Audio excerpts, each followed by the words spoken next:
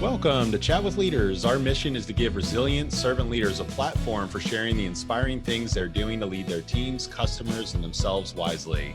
I'm Jeff Bond, Director of Client Services at Xperience, and today's host. I'm proud to welcome Jim Jarrells, CEO of ETS Solutions, based here in the Metro Atlanta region. ETS is an international provider of voice, data, and cloud consulting services that partners with its clients to deliver a technology framework which enhances their business communication, collaboration, and productivity. Jim, thank you so much for your gift of time of being with us today. Oh, thank you, Jeff. My pleasure. Happy to be here. Well, the point of this show is to give our guests a platform to share what's inspiring their leadership, any specific challenges that they're working to overcome. And we're not short of challenges right now in the time frame of COVID-19 and 2020, and some of the principles that you're putting into practice to lead faithfully and experience success in this current time. So, Jim, let me just jump right in. Talk to me a little bit about how you and your leadership are preparing for the new normal, as people are calling it, after we get out of the weeds with this COVID-19, and what has been your response in guiding light as a leader? Sure. Thanks, Jeff. Well, as a CEO, of course, my first priority is to the health and the safety and well-being of our employees, as well as any of our guests or clients that may visit our office. For our community, within our community, of course, as we all know, the stay-at-home orders continue to remain in effect, which means we must be prepared for the long haul. It's more important than ever that I continue engaging with my team, and of course, understanding how they feel and how they're able to deal with C-19, not just for themselves but also for their families. It also means I get to continue to be transparent and open, provide open communications with my staff around our response as an organization to COVID-19, and to share them and let them know that we care about them as much as for them and their personal environment as we do their professional environment. In response to that, from a professional perspective, in our offices, we've had recently just went through a cleansing process or a sanitation process, if you will, where we sanitized our offices, cleaned out a warehouse that needed to be cleaned out.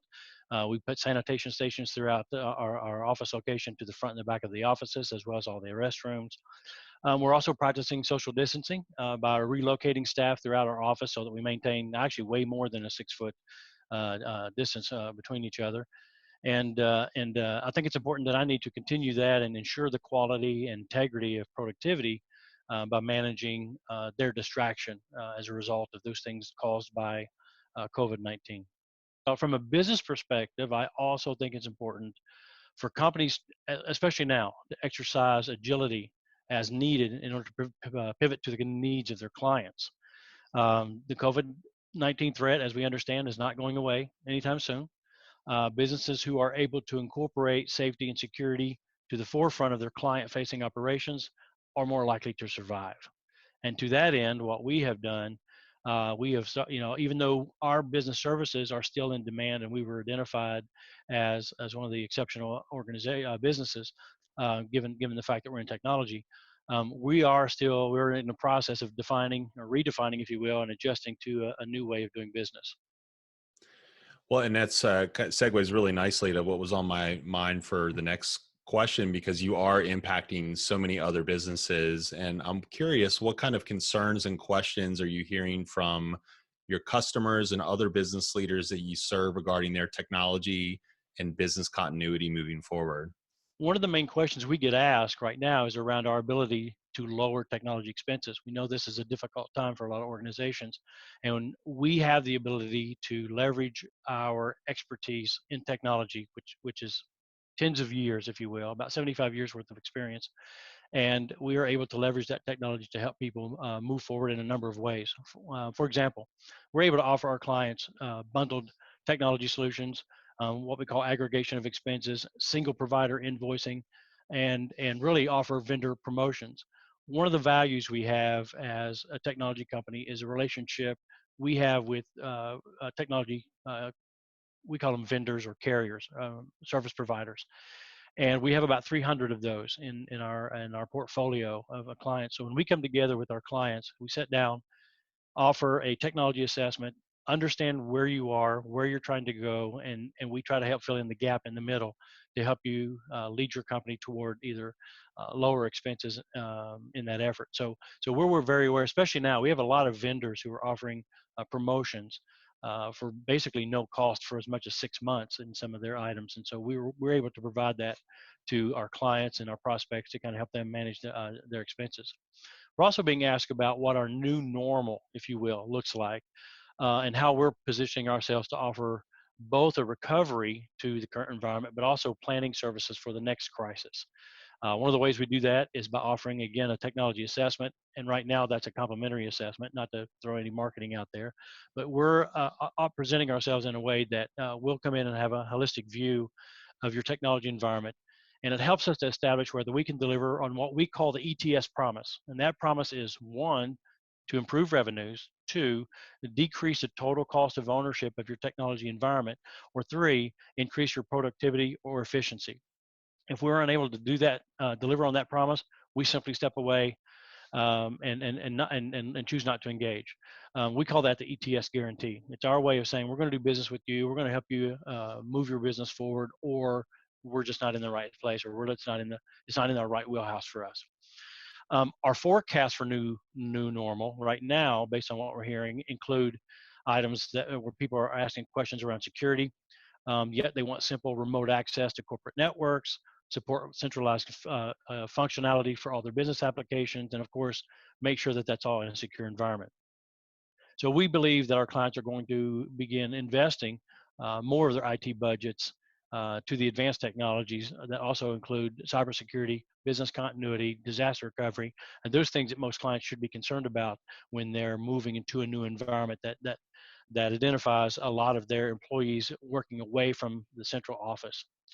And I think it was really interesting that you mentioned the next crisis and planning for that. There will be another crisis. I think we were all caught tremendously off guard by this, and a lot of businesses were not prepared from a Yeah. technology standpoint, a continuity, and having remote access with secure solutions. And so, what you're doing is very life giving. And I think what I find very interesting about your business is your values. It is centered around faith. You're very open about your faith in Christianity, your family aspects of your culture, community service. In fact, you and I met when we were serving at the Atlanta Community Food Bank with Ricky Steele's Technology Cares, Mm. Technology Shares, customer service, and trust.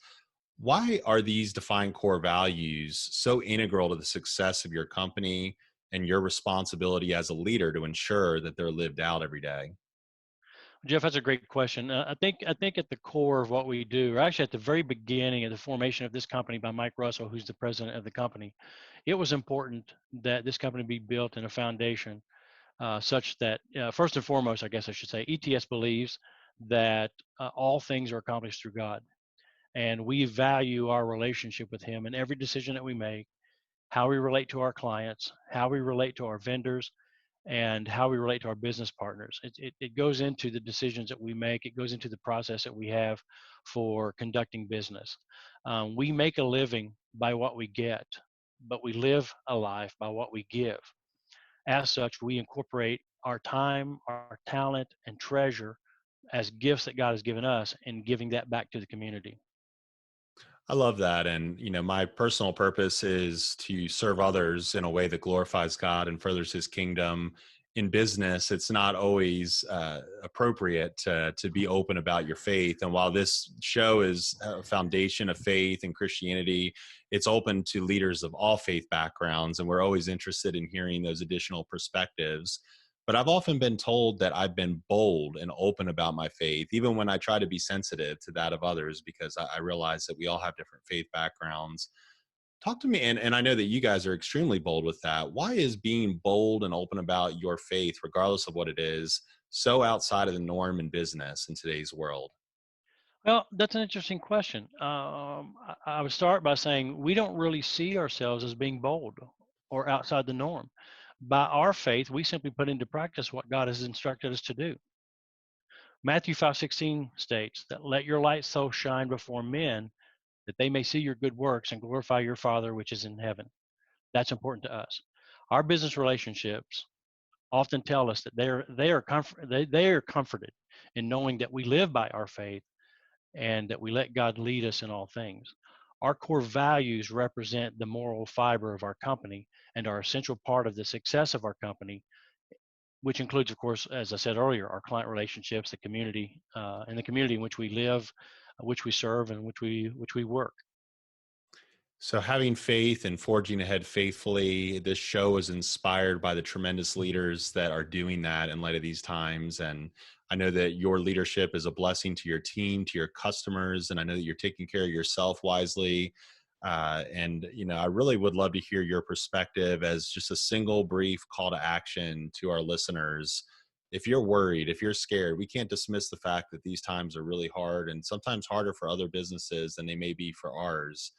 What call to action would you have for leaders that just are a little bit worried about this time and trying to figure out how to navigate it?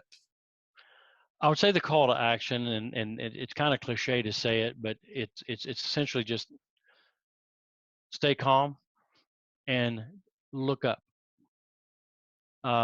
Again, our faith leads us to believe that all things are accomplished through God. All plans are God's, and we must allow Him into our lives and be responsive to those things that He's asked us to do. Again, that's why our faith is so important to us. So a call to action would be to, if you're a faith-based individual, to think about the fact that God's got this. And I know this is a trying time for so many. There's worry, there's fear, but we believe in keeping our faith. That kind of helps us with those types of symptoms, and we're relying on God to get us through this, and He will. We believe that He will.